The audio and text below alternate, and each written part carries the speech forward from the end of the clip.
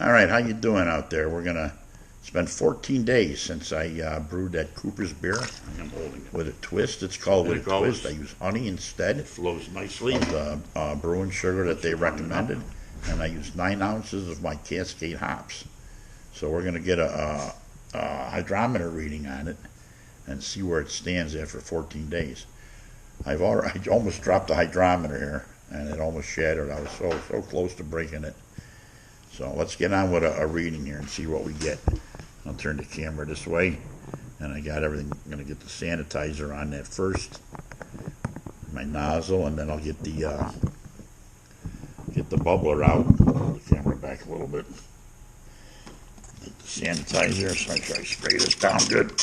Up inside there, good. Outside of the valve, good. Take my tube. Take my bubbler out so I don't get a back sock.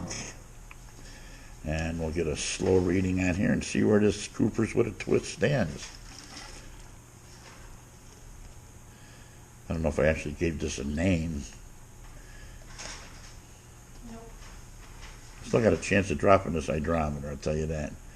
We're getting so much froth here. I might have to dump some of this out and start over. I'm looking for my picture off camera here. Yeah, I'll have to do that. She didn't, not gonna give me no room to read this sucker. Got a lot of foam there. Now we'll just have to let it settle down and see what happens. Oh, shoot, all over the floor. You just dropped that on the floor. Did you carbonate in the bucket? It almost looks like it's carbonated in the bucket. So we'll let this sit here, or I can knock it over later. And I'll get a reading on that. All right, the camera between the blue and the purple is 1.00. It's 1.004. It's 2 lines down. I'll try to hold the camera steady for that, and we can always zoom in, but it's definitely finished at 1.004. So we'll mark that on the paper, and the calculations are coming in as the wife calculated it, and she says it came out to be 5.11. So a little over 5% on this one with the honey. So we're going to go to keg. Why wouldn't I? And we'll let this sit a couple weeks till we drink it. But we're going to get a sample. Turn the camera around here slowly. Let's see what happens on the sample taste. So yeah, I almost broke the hydrometer, so I'm going to be real careful with that. And set that aside over there. Why wouldn't I? So here's the color. She's well, she's like an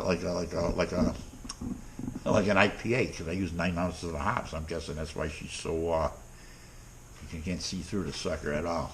Nice and hazy. It is hazy. So the smell, it smells clear. It smells different than the first Cooper's. This was brewed with USO 5 yeast and honey and 9 ounces of my hops. It smells a lot different than the first brew with the yeast that they used. So,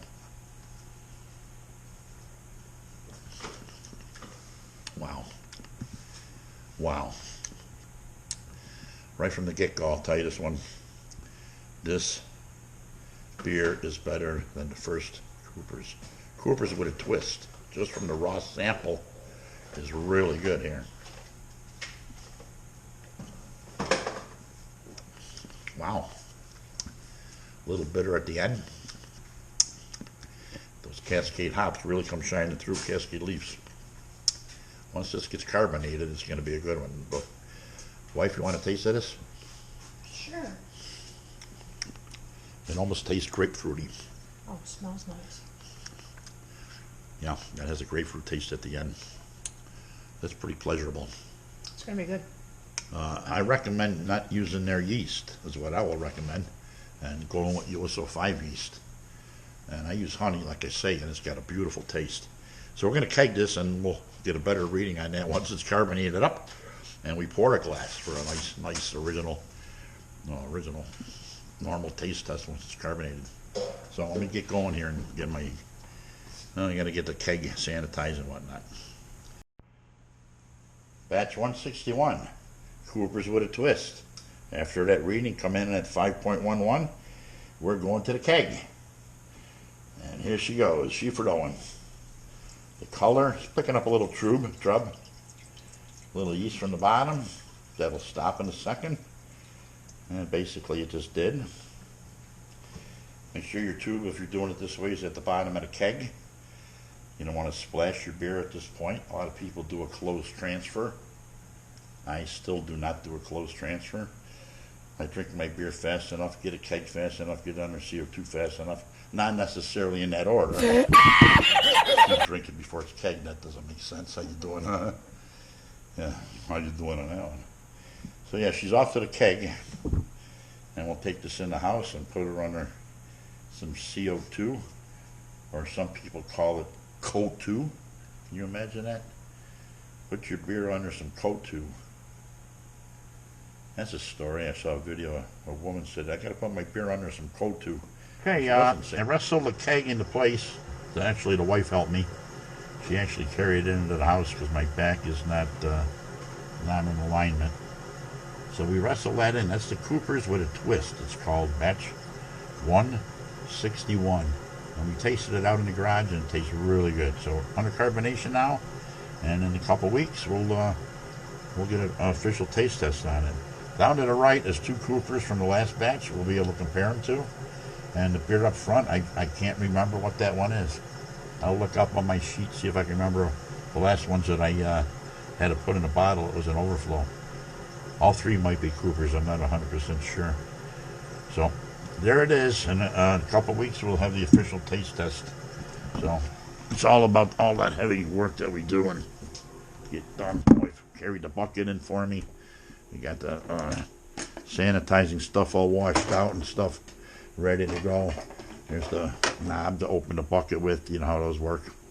So until next time, maybe I'll have one of those famous Ruland's Cortex, apricot Cortex removing agents. Is it a beautiful, beautiful apricot mead? Why wouldn't it be? Stay thirsty.